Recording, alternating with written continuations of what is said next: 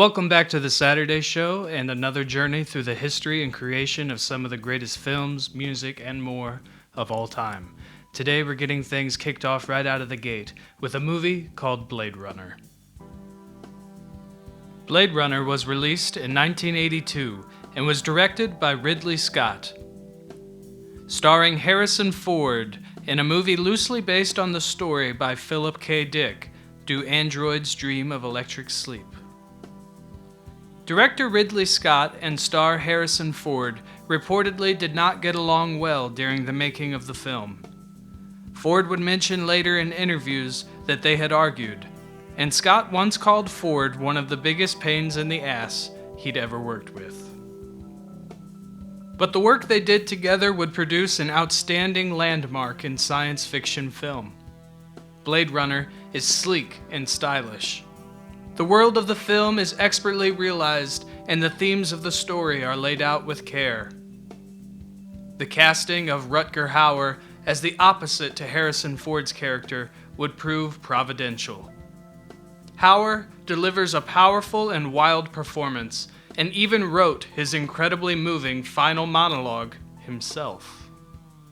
It has gone on to be quoted for generations. Several versions of the film exist. The theatrical cut was well received and widely popular, but ultimately the director would see to the release of his own fuller cut of the movie. Either way, the film was immensely popular when it was released, and it changed science fiction forever. The future presented in Blade Runner has gone on to inspire everything from anime like Ghost in the Shell and Akira, to video games like Cyberpunk 2077 and numerous other films.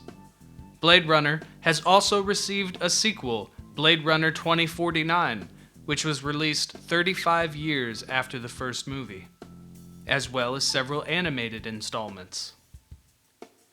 The film noir atmosphere, the biblical and scientific themes, its uncertainty and examination of what it means to be human, all make Blade Runner a pivotal piece of cinema, and I urge you to see it if you haven't already.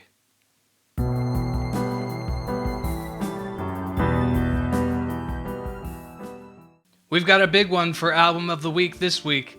It's an album by David Bowie, but not just any David Bowie album. This is The Rise and Fall of Ziggy Stardust and the Spiders from Mars.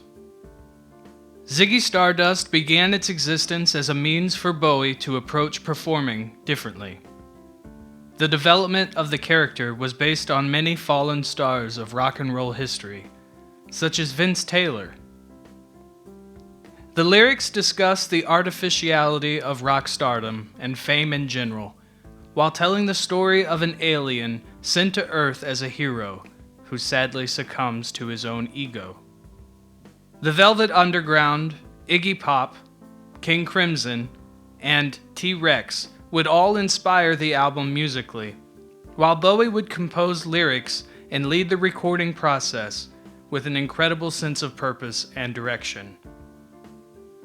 He had been frustrated with the recording of his previous record and was determined to make this one how he wanted it. There are inspirations here from The Wizard of Oz, heavy metal, Little Richard, jazz, stadium rock, and everything between, as Bowie weaves together what has come to be known as a rock opera. The album artwork would draw some inspiration from A Clockwork Orange, and when it was released in 1972, Ziggy Stardust took the world by storm. Bowie and his band would assume the roles of Ziggy Stardust and the Spiders from Mars on their upcoming tour. But not wanting to become locked into the Ziggy character, Bowie would look instantly for new directions for his follow-up record. Still, Ziggy Stardust and the Spiders from Mars remains an incredible creative high point and a defining moment in rock and roll history. Up next, we have our special feature for the week, and we're going to look at the life and career of Harrison Ford.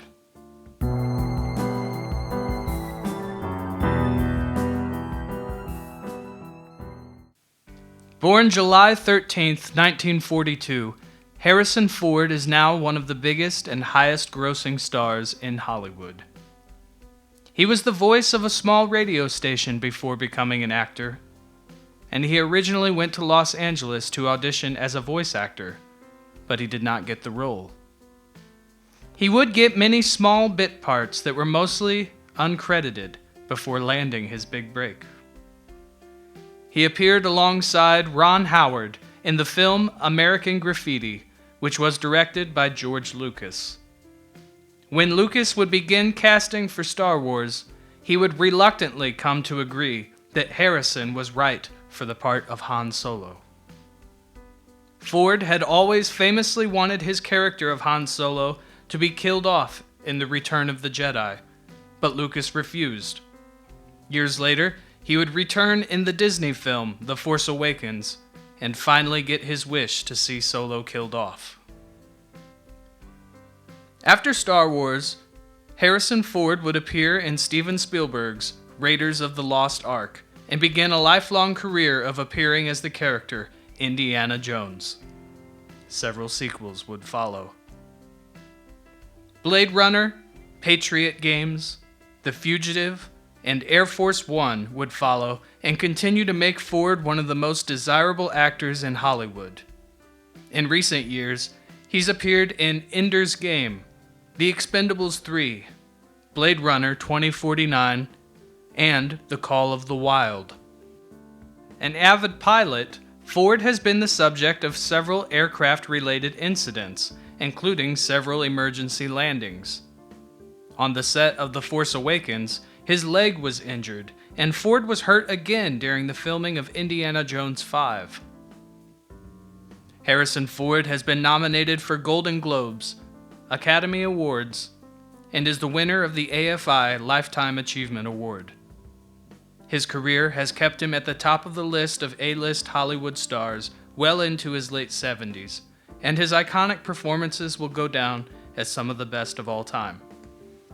Next up is an original song performance, and I thank you for watching The Saturday Show. If you like this video, please hit like, press subscribe, and tap that notification bell. We appreciate it very much.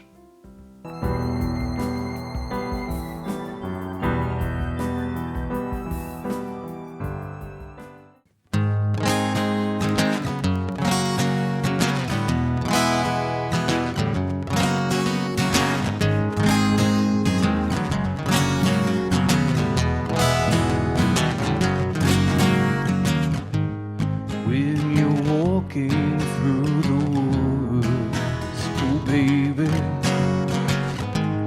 and you never knew that you could, and your world looks so strange, oh baby,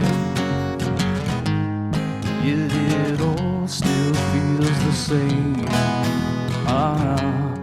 Gotta look out, be wary, and watch your lonely heart. Yeah, you gotta look out, be wary, and watch your lonely heart. Oh, you gotta look out, look out.